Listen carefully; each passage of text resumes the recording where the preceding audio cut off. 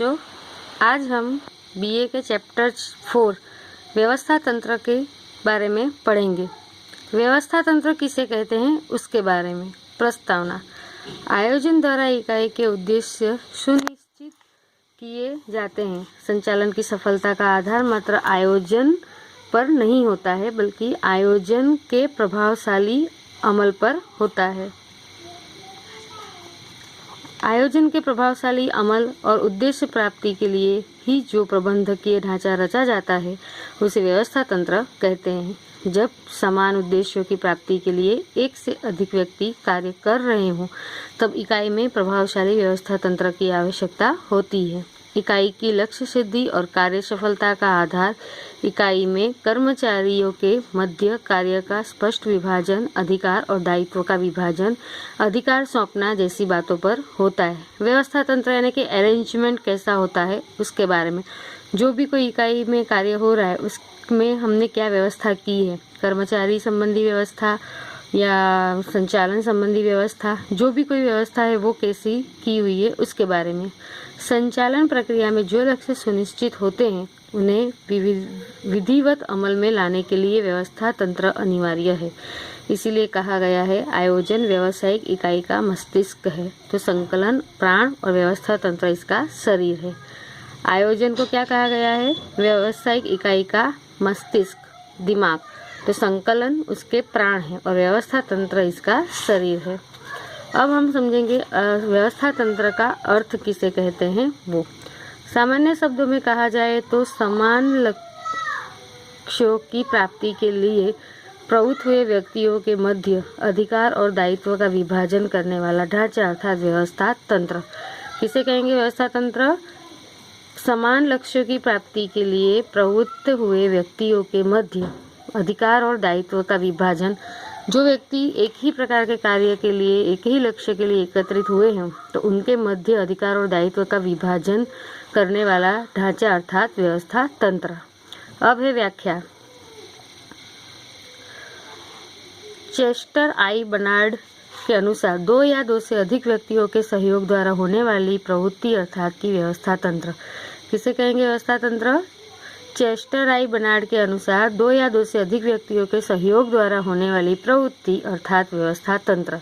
तो Lewis Elon के अनुसार व्यवस्था तंत्र ऐसी प्रक्रिया है कि जिसमें निश्चित उद्देश्यों की प्राप्ति के लिए लोग अधिक से अधिक प्रभावशाली रूप से कार्य कर सकें। इस हेतु को कार्य की स्पष्टता करना, उसका वर्गीकरण करना, दायित्व और अधिकार सौंपना, साथ ही संबंध स्थापित करने की प्रक्रिया है। तो ये लुईस के मतानुसार थी।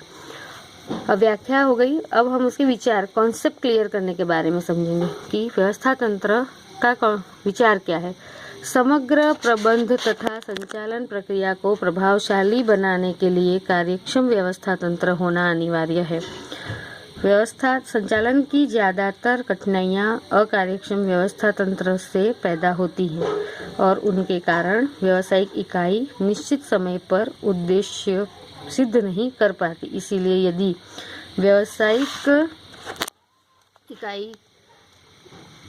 व्यावसायिक इकाई के पास उचित और प्रभावशाली व्यवस्था तंत्र हो तो साधनों के महत्तम उपयोग द्वारा समय, शक्ति और द्रव्य की बचत की जा सकती है और इकाई की प्रवृत्तियों के मध्य असंगतता का निवारण किया जा सकता है। क्या है इसका विचार? क्या है कि समग्र प्रबंध तथा संचालन प्रक्रिया को प्रभावशाली बनाने के लिए कार्यक्षम व्यवस्था तंत्र होना अनिवार्य है। संचालन की ज्यादातर कठिनाइयां अकार्यक्षम व्यवस्था तंत्र से पैदा होती हैं। तो व्यवस्था तंत्र एक निश्चित समय पर उद्देश्य सिद्ध नहीं कर पाता। इसीलिए यदि व्यावसायिक इकाई के पास उचित और प्रभावशाली व्यवस्था तंत्र हो तो साधनों के महत्तम उपयोग द्वारा समय, शक्ति और द्रव्य की बचत की जा सकती है।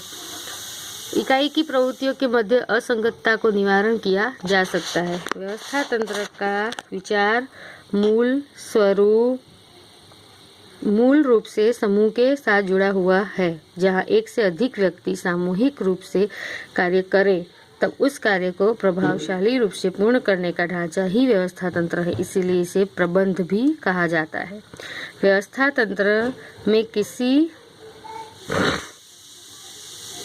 समान उद्देश्य की प्राप्ति के लिए एकत्रित हुए लोगों के मध्य अधिकार और दायित्व का विभाजन करने, उन व्यक्तियों के मध्य संबंध स्थापित करने का कार्य किया जाता है। मानव शरीर का उत्तम उदाहरण है। मानव शरीर के अलग अलग अंगों के अलग अलग कार्य होते हैं, फिर भी सभी अंग एक दूसरे के साथ संकलित होते हैं। तो व्यवस्था तंत्र का उत्तम उदाहरण अगर माना जाए तो मानव शरीर है, क्योंकि इसमें अलग अलग अंग होते हैं और सबके कार्य एक दूसरे के साथ जुड़े हुए होते हैं।